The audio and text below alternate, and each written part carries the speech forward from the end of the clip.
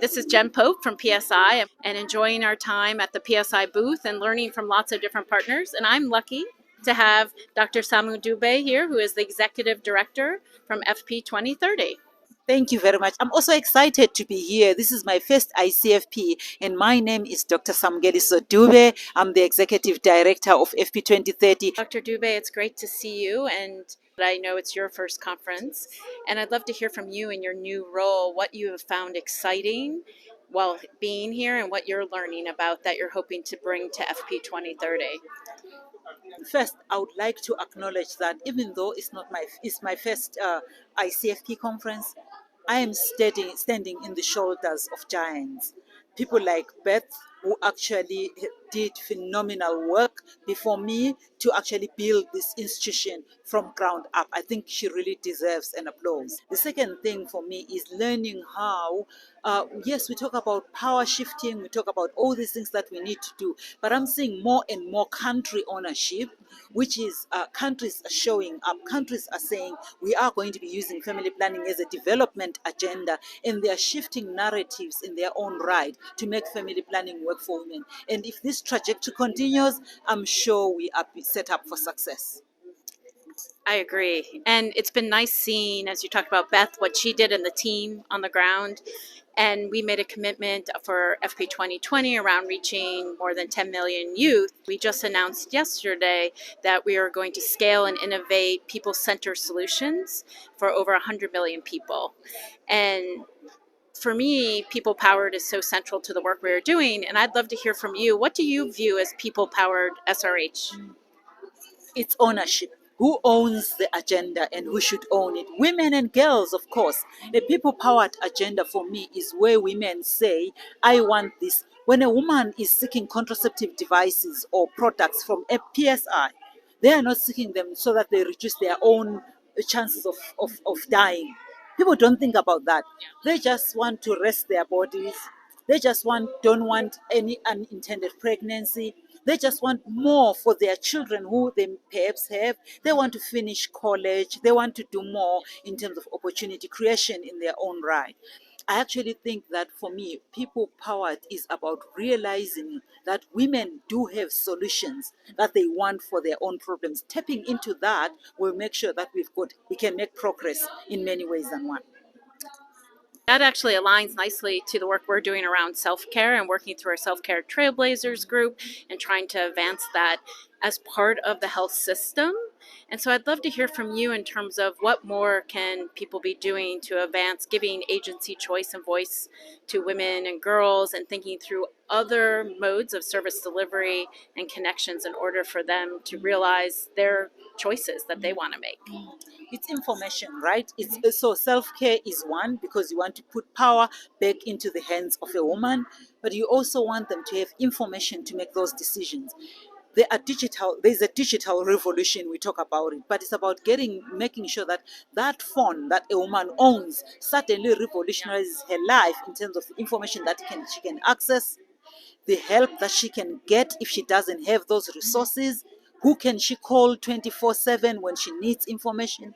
For me, that innovation is coming fast and strong in this particular conference. And I do hope that even as PSI, using whether it's social marketing tools or anything that you are using in your endeavor to reach a certain strata in society, we could do more using those particular strategies. It's so critical to the work that we're doing. And I'm wondering if you could talk a little bit about what you're excited about in terms of the role of the private sector as we think through universal access to SRH. I'm excited about sustainability.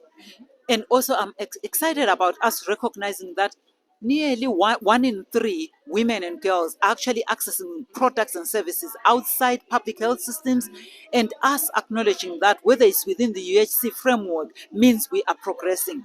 Failure to recognize that means we are ignoring a whole plethora of women and men, perhaps, and we will get to 2030 having left other people behind. So in the whole chorus that we've been singing, leaving no one behind, we ought to incorporate private sector in service delivery, in financing of family planning products, and for many countries, it's out us thinking outside the box about manufacturing, distribution of these products and services broadly. I actually like from the session that we've come from that private sector, almost everyone in the world will want to sell whatever they have to access services. So somewhere there is an ability and willingness to pay, harnessing that as a collaborative so that women and girls do not suffer like financial crisis to access preventative care is important. But heightening the need for preventative care in their own right is something that we need to do better. And that also lies with what private sector can do. You talked earlier about how you were standing on the shoulders of someone like Beth Schlachter as a leader. Now you're a leader, and I've listened to some of the discussions you've had, like with Women Lift. And what do you see as a secret ingredient to women's leadership and gender equality in the work that we're doing? Women often do better. We often lead from the heart. We often lead differently. And I think it's about women actually doing more in terms of, because they are the candidates of the products that they are seeking to sort of amplify in the workplace. And also we have seen that women-led organizations actually often do better in terms of the policies that advance humanity in general. So we want more women leaders, but we need to build them. We need to build the pipeline of these women leaders so that in 10, 5, 10 years time, we do have them in various spaces where we want to see them. And I believe that we will then leave these institutions in the shoulders of more giants so that this movement can grow and be a gigantic, unstoppable movement.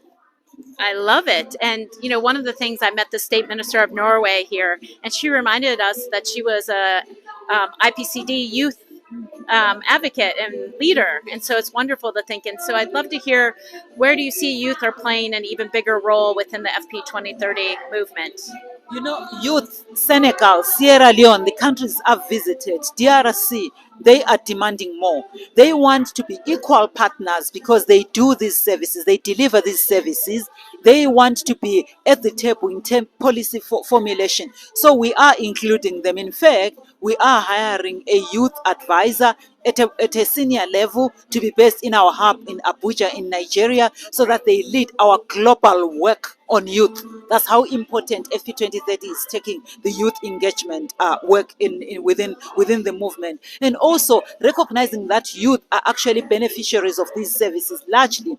And we innovate around what that means for them, eliminating the barriers, expanding the opportunities, and working with them even as service providers in some of the areas where we are challenged, like last mile, for example, or even in the digital space that we spoke about earlier. Youth often can do better than ourselves. I think that meaningful youth engagement is so critical and actually is people powered healthcare and critical to that. So we've talked a lot about different things that are going on and excitement around FP 2030. What keeps you up at night in terms of this movement? I always say my daughter centers me because she has me wrapped around her figure in terms of the future that she wants. That keeps me grounded. But I come from Africa, where because of how we've not linked women's rights in some countries, women's agency, women's choice, and even gender equality with the development agenda intentionally. We talk about it at times, but we have not programmed that well in many countries. I say our continent could be better if we program this better. So that keeps me awake at night. Like a world where if you're an African, you're not going to be denied a visa because we are afraid that you run away from your continent and go to another country. So that's the world that I dream of. And I believe with family planning, which enables gender equality, which is transformative in its own right, that world is possible. I love it. And I think the partnerships that we have and that we're developing is phenomenal. And I know PSI is really happy to be partnering with FP 2030 and all our partners and networks around the globe, and really to succeed in achieving this. And there's so much more we can be doing. So I thank you for your leadership, and we look forward to continue to work with you.